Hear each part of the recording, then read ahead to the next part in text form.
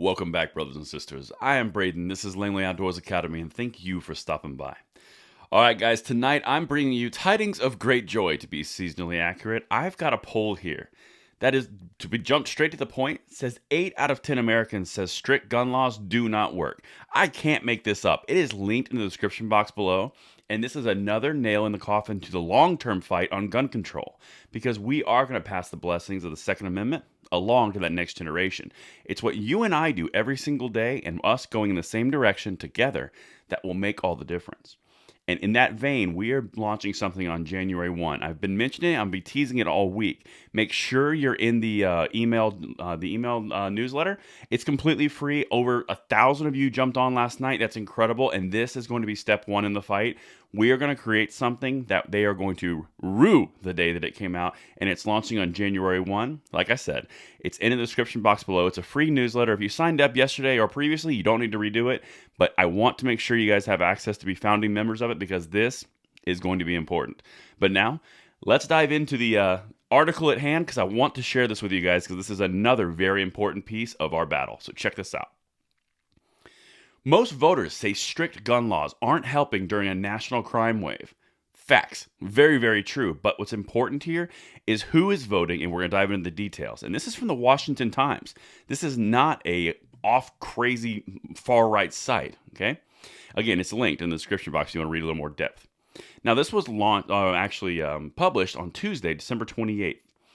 A new poll finds that more than 8 out of 10 U.S. voters believe strict gun control laws in major cities either make no difference in the current retail crime surge or make it worse.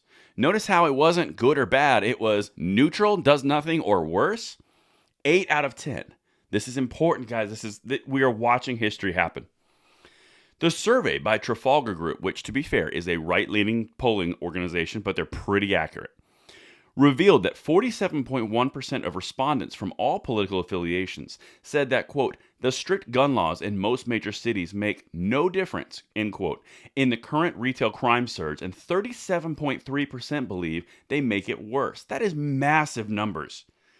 Just 15.6% of voters say they believe the gun laws make the retail crime surge better. That's incredibly important, because what are we looking at nationwide? A crime surge, a crime wave, mostly tied back to defund the police policies and extreme leniency during the last 2 years. But this is all tied together, and it's going to come to a head in 2022. We're just now starting to see the tip of this iceberg, if you will. There seems to be a growing consensus among urban residents that less police releasing criminals and failure to prosecute are making them feel less safe, Mr. Cahaley said. Now, Mr. Cahaley is the guy who runs Trafalgar Group, so he is right-oriented. I'm not going to misrepresent that. They are frustrated that, unlike most who live in rural and suburban areas, city residents don't feel that they have the right to protect themselves due to gun restrictions that only hurt law-abiding citizens. Dead on accurate. But again, consider the source. This is not a right-leaning newspaper, but that is a right-leaning individual. While 30.1% of Democrats said strict gun laws make the retail crime surge better, only 9.8% of independents and 7.3% of Republicans said the same. That is massive. You've only got a third of Democrats and less than 10% of independents and Republicans.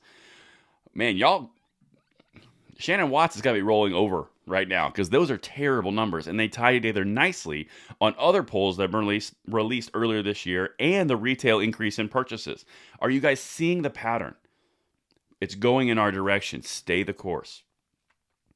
The survey echoes recent polls that show a sharp slide in support for gun control laws, and we're going to cover a lot more of those in the next few days.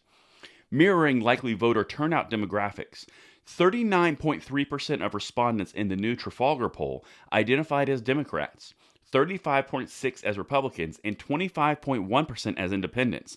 The margin of error was plus or minus 2.9% at 95% confidence.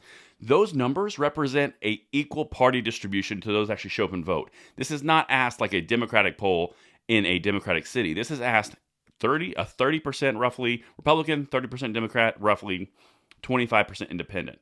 This is a big deal, or actually rather 40, 35, 25.